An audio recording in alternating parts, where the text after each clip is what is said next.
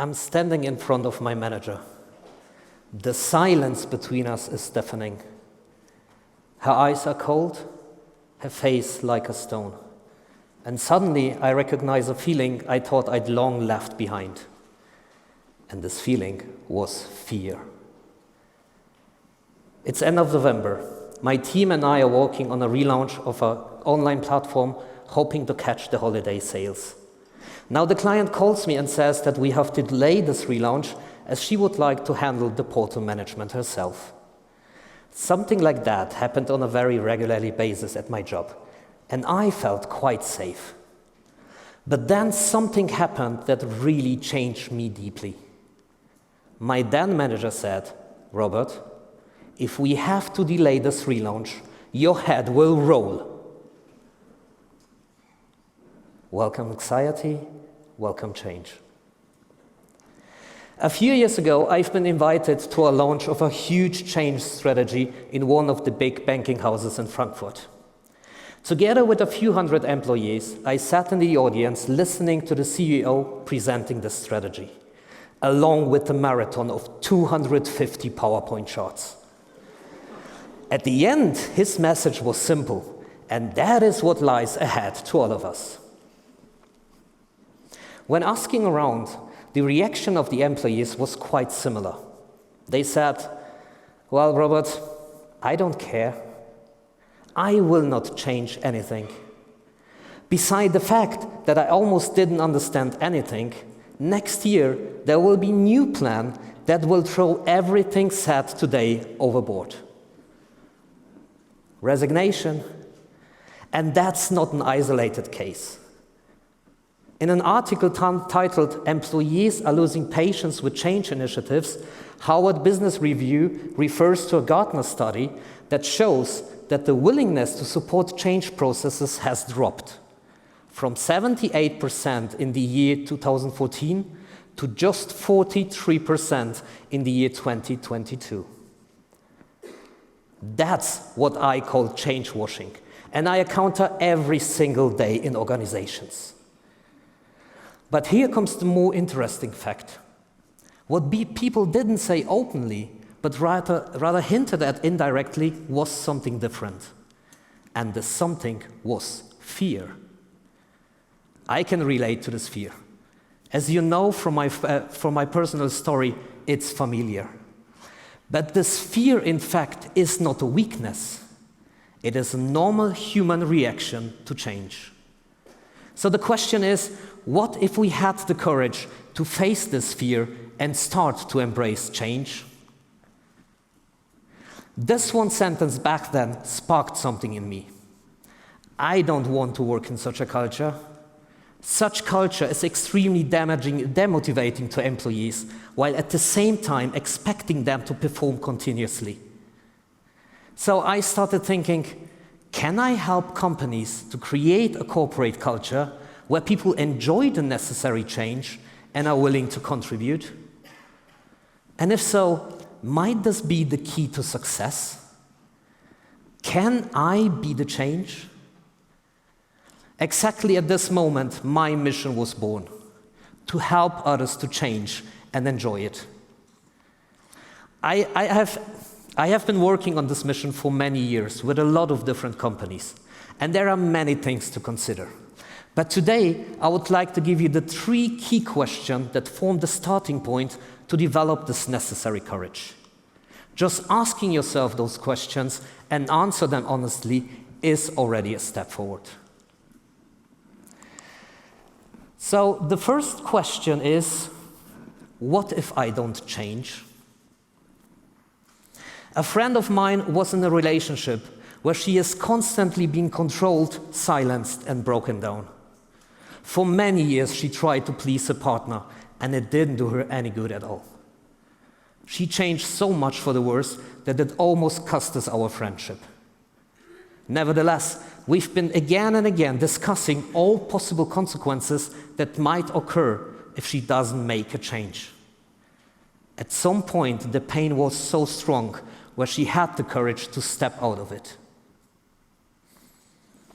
Do you know any decisions that you made that turned out to be wrong ones?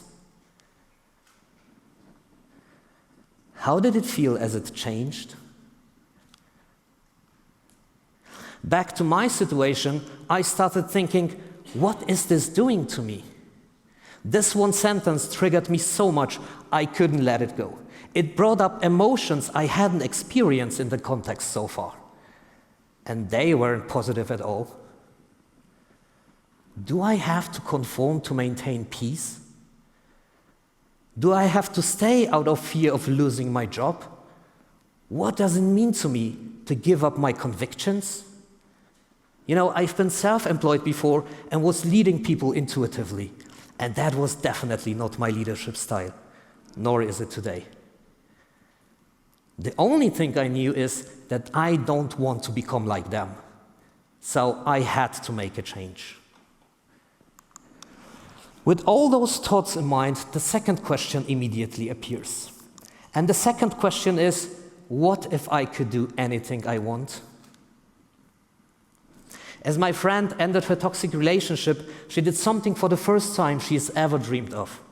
Traveling through Thailand for 3 months alone with a backpack.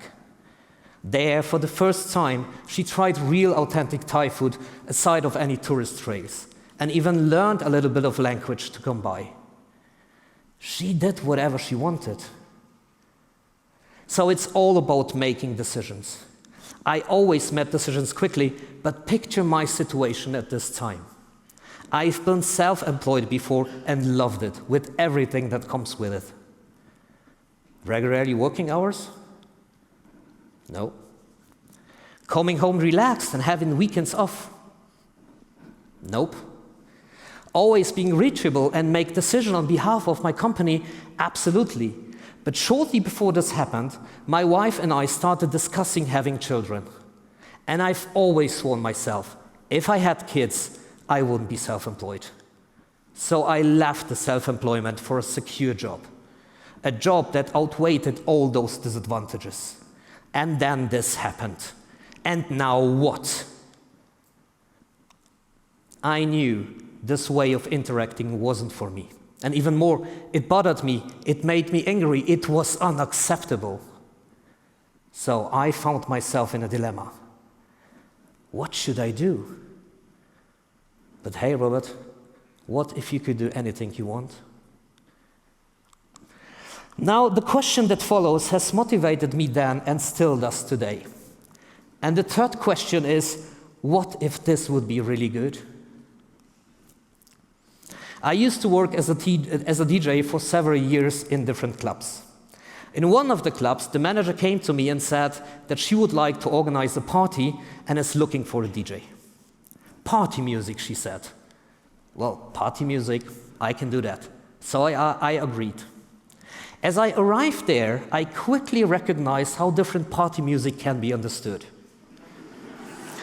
You know, I used to play a wide range of different music styles, but there is one that I really don't like or even have any experience with.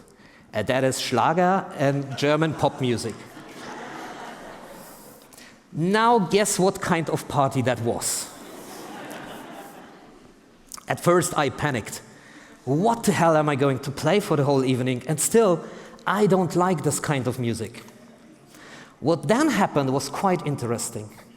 The manager herself stood next to me for the whole evening with a little suit of records in her hands, handing me one record after another, telling me which track to play. What can I say? It turned out to be one of the best parties I've ever DJ'd at. That was quite exciting. When we take a look on all those stories, my friend ended her toxic relationship, going on a trip to Thailand, my DJ story, they turned out to be really good. Was it difficult? Definitely, but they turned out to be really awesome. Do you have any dreams that you haven't fulfilled yet? How would it feel if you do? What if this could be really good? So for me, it was about becoming aware of all possible consequences, both positive and negative. and more importantly, have the courage to live with the consequences of the right decision for me and see them as endless opportunities. With all those thoughts in mind, I drove past the building of my current company. And I thought, well, let's see if they are hiring. And if so, for which positions? You know, the idea of switching jobs had taken that much hold of me that I almost didn't care for which position to apply. So I applied for a position that seemed to me to be the most fitting: project management. Well, you have to know that I feel about project management like cats feel about swimming. Thrown into water, they can do it, but they hate it. To keep a long story short, I've been invited to an interview with the owner of the company. And he said, you know, Robert, I don't see you as a project manager, but are you willing to build up our business development department from scratch? To me, this translated like, hey, Robert, do you have the courage to take responsibility of 100 employees instead of just one yourself? Well, did I? Here was this fear again. And I had to make a decision again. And again, thinking through all possible consequences and summoning the courage to step out of my comfort zone and see them as endless opportunities. But what if it would be really good? I trusted myself. And to this day, I live with all those consequences of these decisions. Every day, I'm stepping out of my comfort zone and make bold decisions on behalf of my company, as in the meantime, one of the managing directors. This also includes the decision to stand in front of you and share my story. As excited as I was about it, standing in front of so many people is still a big challenge for me. What I want to tell you is that courage can, or even must, be trained and practiced again and again and again. Well then, goodbye fear, welcome change, my dear friend. Many companies are starting change initiatives without truly involving people into that.